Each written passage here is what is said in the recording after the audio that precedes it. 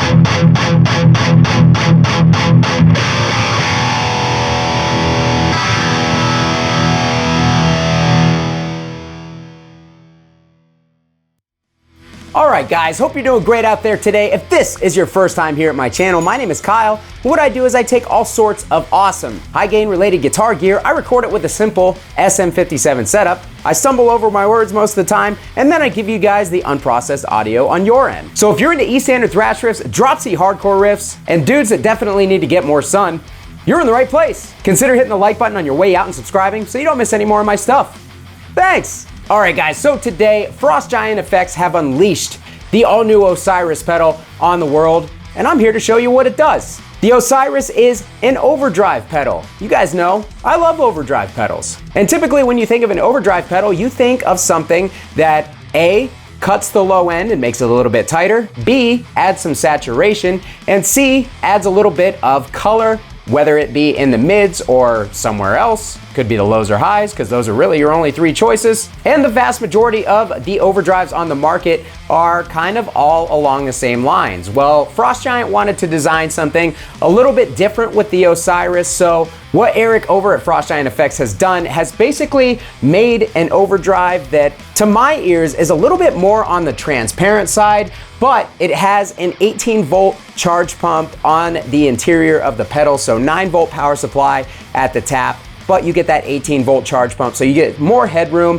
This thing gives you an 8 decibel boost in volume. You can either roll the volume back if you want to, or you can go ahead and go full bore, and it's gonna give you a pretty significant volume and saturation bump if you're already going into a dirty amp. And you have your gain knob, which I'm pretty sure that you can imagine what that does, but here's where the pedal starts to Here's where the pedal starts to differ, because you do not have your typical gain, volume, and tone controls. Instead of that, you've got gain, volume, and you've got depth, and you've got blend. So the blend kind of blends in a little bit of the character of the pedal. To me, it's a very transparent character. I know that probably seems a little bit counterintuitive, but when I am listening to the pedal, I'm not noticing a ton of volume or of color. It really just kind of seems to color the top end and boost the top end maybe a little bit when you've got that blend all the way full bore here. But the depth is basically like having a slider, an EQ slider, right around that 100 hertz frequency.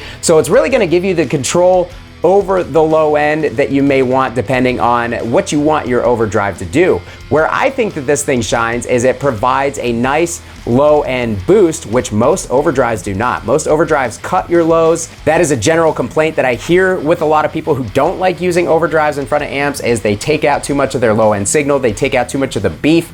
So if you want an overdrive to add some saturation, to make the amp a little bit easier to play, one of the reasons why I like overdrive, but you don't want it to kill all of the balls of the amp and the guitar, the Osiris has you covered, because this depth knob allows you to actually boost the low end, and I think that that's really kind of what sets it apart. So without talking too much, I want to show you what it does. We've got 3 different amps here. These are 3 amps that I love, but all 3 of these have certain settings, certain channels where I feel like it could benefit from a little bit of low end push going into the front of the amp. So that's what we're gonna do. And apparently my camera really wants to make me look a lot whiter than I already am. So anyways, that intro clip that you guys heard was going into the EVH 5153 100 watt Stealth 6L6 here. We are going into a Friedman 212 cab with vintage 30s, SM57 on the V30. The only other pedal in my chain right now is a gate. And if you hear some weird noises in the background, that is my new 8-week-old puppy screaming to be let out of his kennel while I do this video, so please bear with me. And real quick, before we get into these sound samples, guys, I just want to let you know that this is a sponsored video. Frost Giant have not only sent the pedal, but they have paid me to make this video. So you are free to take anything that I say in this video with a grain of salt, and I would totally understand that. But please know, from me to you, you're going to get my honest thoughts and opinions regardless. So try to keep that in mind. All right, so I'm gonna go ahead and flip the amp on. We are on channel 3 of the EVH here, the red channel. This channel is super saturated, it's super compressed already, and most people don't like playing this channel with a boost. Well, I've put a slightly lower gain tube in the red channel preamp section of this amplifier so that I can boost it. But even so, a lot of the boosts that I use take out too much low end because there's not a ton of low end in this channel unless you really push it. So I wanted to see how the pedal would react with the red channel on this amplifier to not only boost it, add some saturation, add some more harmonic content and stuff, but I wanted to see if we could keep that low end nice and fat and punchy without being overly flabby in the bottom end like your girlfriend. Boom, roasted. I'll try to keep the terrible jokes to a minimum, but here is the amp with no pedal engaged. As you can hear, it's not super saturated. It's lacking in the low end department. Here is the Osiris being kicked in with the settings that you see here.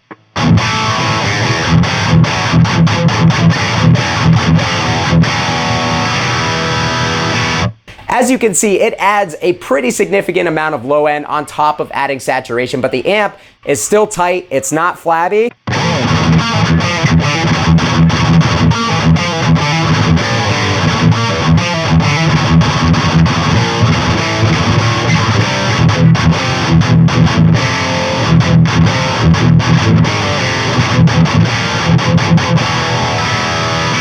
And there's even still room to go. If we wanted to add more depth, we can do that.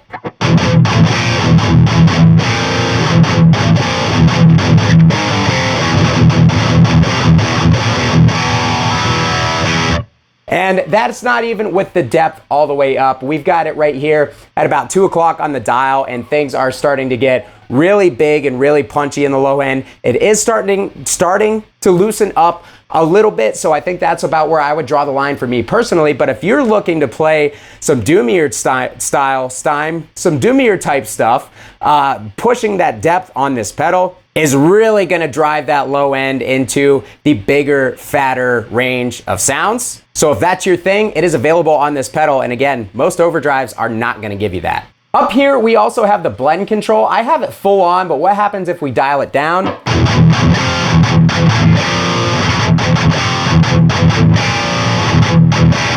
With the blend all the way down, all you're really getting is the volume bump from this, because if I turn it off,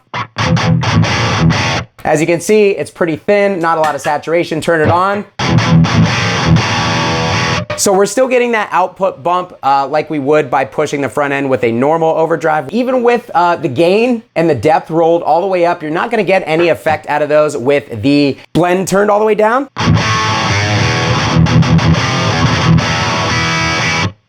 But as soon as we start to engage that blend,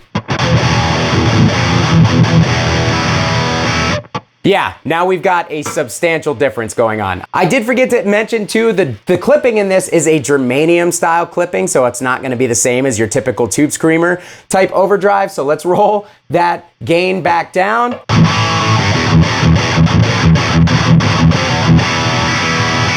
As it just doesn't really seem to add too much of its own voicing. But even with that depth all the way up, let's turn that blend up to halfway.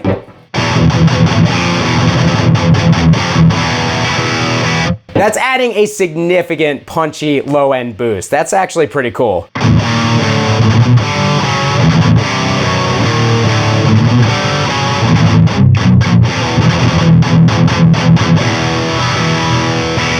So let's dial this back down to a little bit more of a reasonable setting, right? Let's push it back down to about 1 o'clock.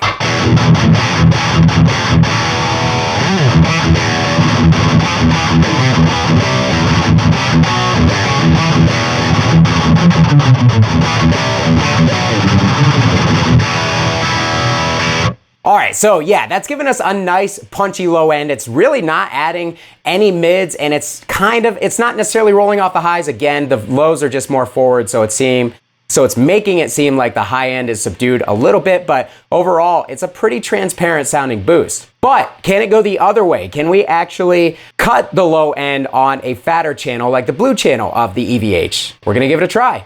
All right, blue channel of the EVH, no boost right now.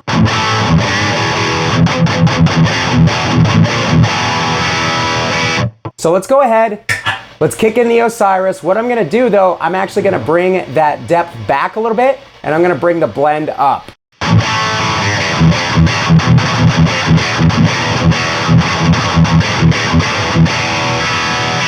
Yeah, that has a significant amount of low end cut going on right there. You've got the low end pulled back and you've got the top end boosted a little bit. It's actually making for a really, really tight and kind of clanky tone. So if we were to tune down, it would probably sound even better.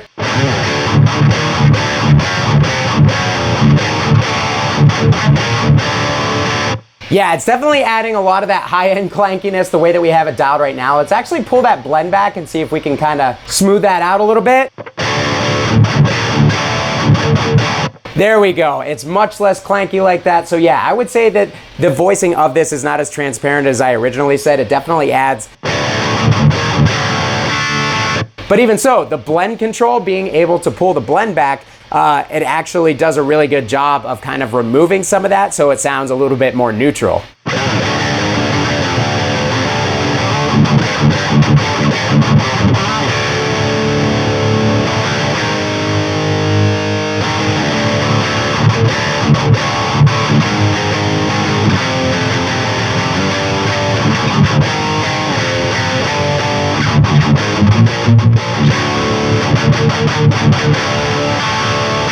All right, guys, so we are on the Omega Obsidian. Here we are without the pedal engaged.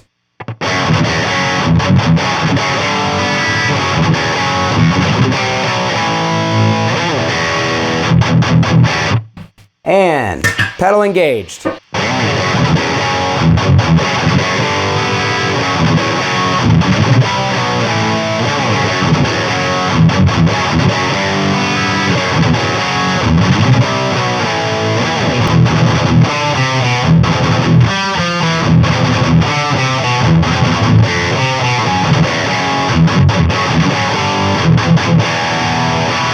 Okay, I really like that on this amp because it's adding a lot of that low end punch into the front of the amplifier, and it really kind of brings the percussiveness of the amp forward.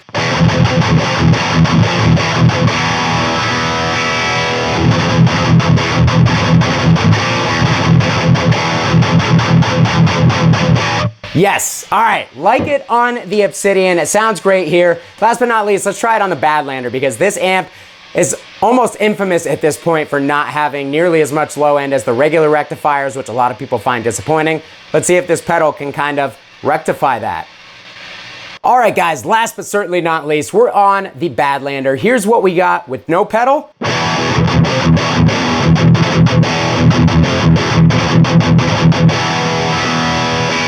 That is on the crunch channel with the gain maxed out. Here we have the pedal engaged.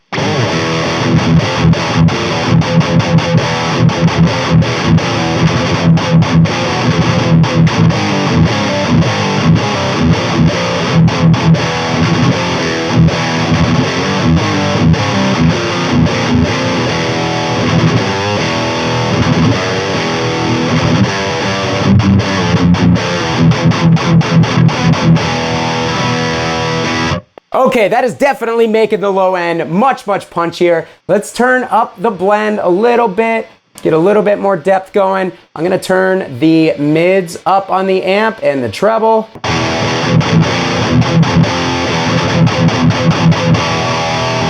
Yeah, guys, to me, this is where the pedal shines because you can add low end. Here's one more riff. We're still pushing that depth. We really just kind of want to get the most out of the palm mutes out of the Badlander. So here we go.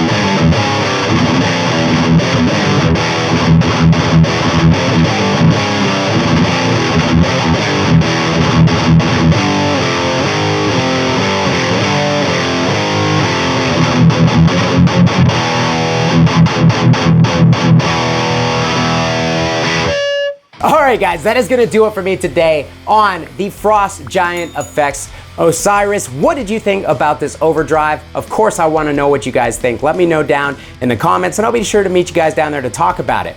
This pedal is available as of today, and if you want to pick it up, it's going to set you back 189 bucks. So if you want to pick up one of these pedals and add a little bit more beef to the sound of your amplifier, or you even want to cut the low end and you just want the sound of this overdrive, I'll put a link down below in the description of this video for you guys to be able to find the pedal to pick it up for yourself. Thanks so much for watching, guys. Kyle here again. We'll see you next time.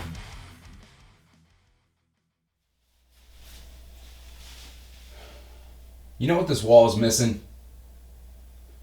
Another amp.